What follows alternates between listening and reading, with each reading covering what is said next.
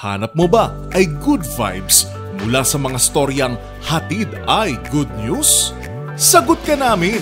Ang programang walang ibang dala kundi magagandang kwento at balita mula sa mga storyang kapupulutan ng inspirasyon, pag-asa at tagumpay hanggang sa makabuluhang pagbabago sa lipunan. Siguradong good vibes yan! Dito lang sa programang magbibigay ng mga balitang mas maganda pa sa good news, ang The Better News. Mapapanood mula Lunes hanggang Biyernes, 1 p.m. sa DZRH TV. Magandang araw Pilipinas! Nasa ang parte man kayo ng bansa, sisiguraduhin namin aabot sa inyo ang mga balitang mas maganda pa sa good news. Bawal muna ang nega dahil hatid namin ng mga kwentong kapupulutan ng inspirasyon, pag-asa at kaalaman. Live sa DZRH TV Facebook, YouTube at DZRH News website. Ako po si Angelica Cosme at ito ang The Better News. Una sa Pilipinas, una sa Pilipino.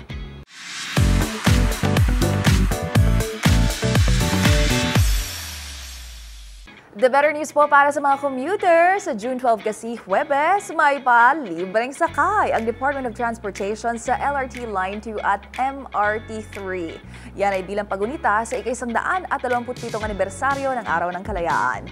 Kung anong oras aarangkada ang mga libreng sakay ng DOTR, alamin sa report na ito. Samantala, lumagda naman ang libreng sakay sa Araw ng Kalayaan. The Better News po ito para sa mga suki ng LRT Line 2 at MRT 3.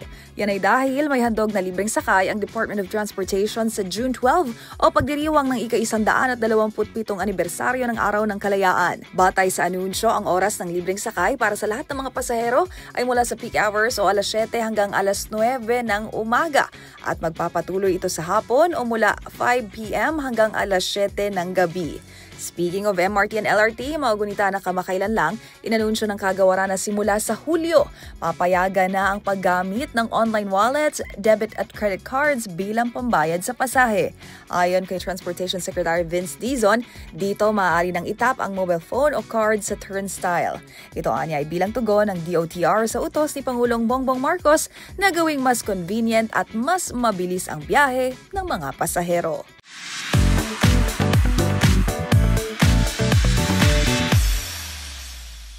Samantala, lumagda naman ang Pilipinas at bansang South Korea sa isang kasunduan para sa pinahusay na bersyon ng FA-50 jets para sa Philippine Air Force. Ang mga bagong jets ay dideliver mula 2026 hanggang 2030.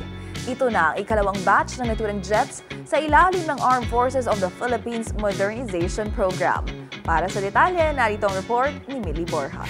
Lumagda sa isang kasunduan ng Pilipinas at South Korea para sa pagbili ng 12 pinabuting bersyon ng FA-50 fighter jets para sa hukbong mahihipapawid ng bansa. Ang nasabing deal ay nagkakahalaga ng 1 trillion Korean won o aabot sa 40 billion pesos. Inaasang mayahatid sa Pilipinas ang mga bagong FA-50 jets mula taong 2026 hanggang 2030. Ang mga bagong fighter jet ay modernong bersyon ng FA-50PH models na kasalukuyang ginagamit ng Philippine Air Force. Nauna nang nag-acquire ang Pilipinas ng 12 FA-50PH units sa halagang 18.9 billion pesos noong 2015 hanggang 2017 sa ilalim ng AFP Modernization Program.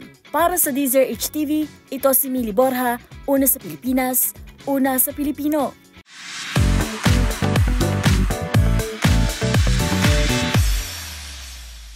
Samantala, lumagda naman ang Pilipinas at bansang South Korea sa isang kasunduan para sa pinahusay na bersyon ng FA-50 jets para sa Philippine Air Force.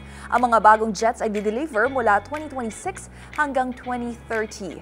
Ito na ang ikalawang batch ng naturang jets sa ilalim ng Armed Forces of the Philippines Modernization Program. Para sa detalye, narito ang report ni Millie Borja. Planong ipatupad ang facial recognition technology sa Ninoy Aquino International Airport o NAIA bilang bahagi ng modernisasyon at pagpapabuti ng serbisyo sa paliparan, ayon kay Pangulong Ferdinand Marcos Jr.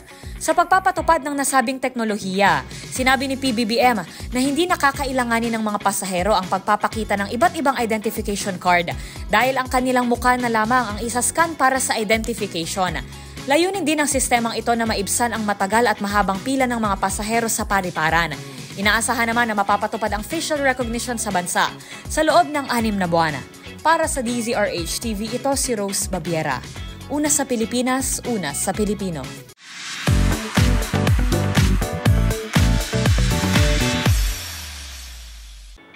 Magkakaroon na po ng facial recognition system sa Ninoy Aquino International Airport sa loob ng 6 na buwan ayon kay Pangulong Bongbong Marcos. Sa ilalim ng planong modernisasyon, hindi na kailangang magpakita ng ID ang mga pasahero at tanging mukha na lang daw po ang i-scan para sa kanilang pagkakakilanlan.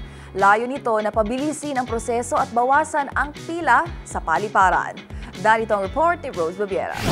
Kinumpirma ng Air India ang paglulunsad ng direktang biyahe sa pagitan ng Delhi at Maynila simula October 1, 2025. Sa pagbubukas ng rutang ito, magiging tanging airline ng Air India na mag-ooperate ng non-stop flights sa pagitan ng India at Pilipinas na nakikitang magpapalakas ng turismo, kalakalan at kultural na ugnayan ng dalawang bansa. Magkakaroon ng 5 lingguhang biyahe ang Air India patungong Maynila tuwing Lunes, Miyerkules, Huwebes, Sabado at Linggo gamit ang Airbus A321neo na may business, premium economy at economy class.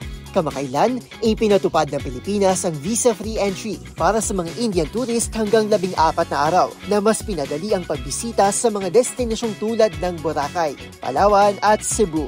Ayon kay Air India CEO Campbell Wilson, ang introduksyon ng ruta ng Delhi-Manila ay bahagi ng misyon nilang i-connect ang India sa mas maraming bahagi ng mundo. Suportado rin ng ruta ang lumalaking bilateral trade sa pagitan ng India at Pilipinas na umabot na sa $3.53 billion noong 2023 hanggang 2024. Halos doble kumpara sa $1.89 billion noong 2015 hanggang 2016 ayon sa Embassy of India sa Maynila. Bukas ng booking para sa Delhi-Manila flights sa lahat ng channels tulad ng website ng Air India, mobile app, airport ticketing offices, contact centers at mga travel agents. Para sa DZRH TV, ito si Arnold Herrera. Una sa Pilipinas, una sa Pilipino.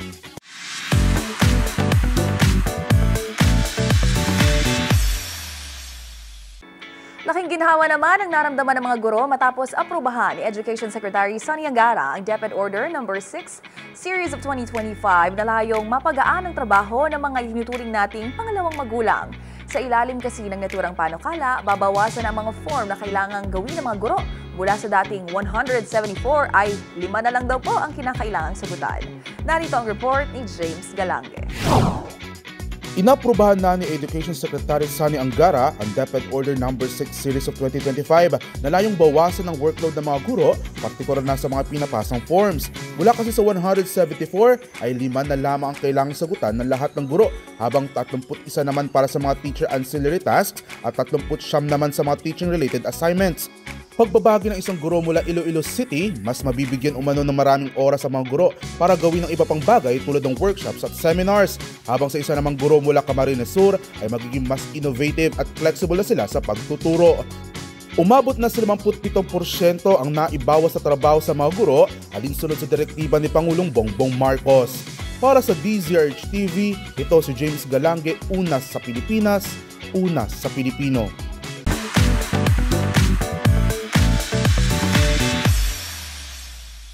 Samantala, sa iba pang balita, napabilang sa listahan ng International Food Database na Taste Atlas ang 6 na pagkaing Pinoy para sa kategoryang World's Best Offal Delicacies. Kasama rito ang kilalang Pinoy dish na Bat Choy at ang sikat na street food na isaw. Ang mga bumuo sa listahan, alamin po natin sa report ni Dustin Bayo. 6 na pagkaing Pinoy ang kinilala ng Food Encyclopedia na Taste Atlas matapos mapabilang sa top 100 best offal dishes sa buong mundo. Ang best offal dishes ay tumutukoy sa mga pagkain na may sangkap o pangunahing sangkap ay ang mga offal o mga organ meat ng isang hayop tulad ng atay, puso at intestines. Nanguna sa listahan ng rank 16 na Bat Choy na mayroong 4.1 star rating na isang Ilonggo noodle soup na hinaluan ng ilang innards ng pork kasama ang chicharon at itlog. Sumunod sa kanyang hindi mawawalang pagkain sa lansangan kung hindi ang isaw na nasa ika-22 pwesto at mayroong 4 stars. Pasok din ang probe o ang deep fried na sikmura na manok na patok din sa mga Pinoy. Bukod sa 3 pagkain, pasok din ang mga lutong ulam na Pinoy kung saan nasa ika-44 na pwesto ang bopis na isang lutong ulam na sinugad ng pork or beef lungs at heart. Sumunod naman ang dinuguan na isang lutong ulam na ginagamitan ng dugo ng baboy na nasa rank 60, habang nasa rank 75 ang papaitan na ang pangunahing sangkap ay ilang goat at cow parts. Samantalang Taste Atlas ay isang food encyclopedia na naglalathala ng mga local food ng iba't ibang bansa na layong may promote at makilala sa iba't ibang panig ba ng mundo. Para sa DZRH TV, ito si Dustin Bayog, una sa Pilipinas, una sa Pilipino.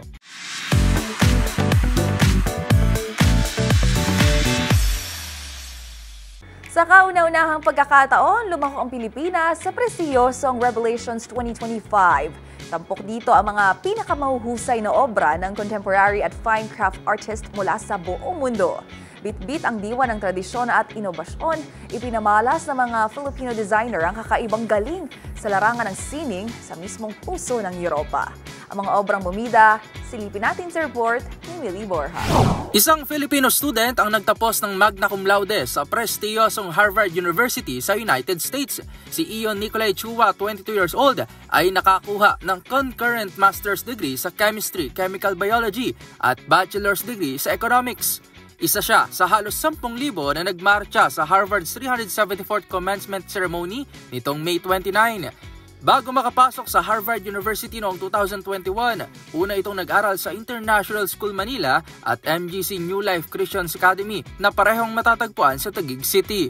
Sa kabuang 9,434 na nagtapos sa Harvard, 2,014 ang nagmula sa Harvard College, 1,947 ang nakatanggap ng Bachelor of Arts, habang 67 naman ang Bachelor of Science graduates.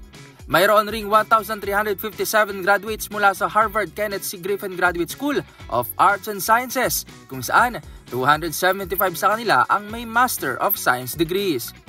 Para sa DZRH TV, ito si Rovic Manuel, una sa Pilipinas, una sa Pilipino.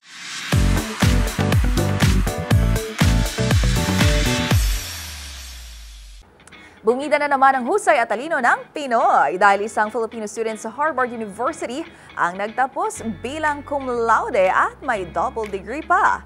Kilalanin si Aeon Shoa sa report ni Rovic Manuel. Mahigit 8,000 runners ang inaasahang lalahok sa Ranwerio Pride Run 2025 na gaganapin hindi lamang sa Maynila kundi pati sa Cebu at Davao. Nasa ikalawang taon na ang Pride Run at tumagpas na sa 5,000 ang lumahok noong nakaraang taon. May mga takbong 10K, 5K, 3K at 1K dog categories na pwedeng salihan. Magsisimula ang Pride Run sa Cebu sa SM Seaside City sa June 22. Sunod sa Maynila sa SM Mall of Asia Complex at sa Davao sa SM Lalang parehong gaganapin sa June 29. Para sa DZRH TV, ito si Millie Borja, una sa Pilipinas, una sa Pilipino.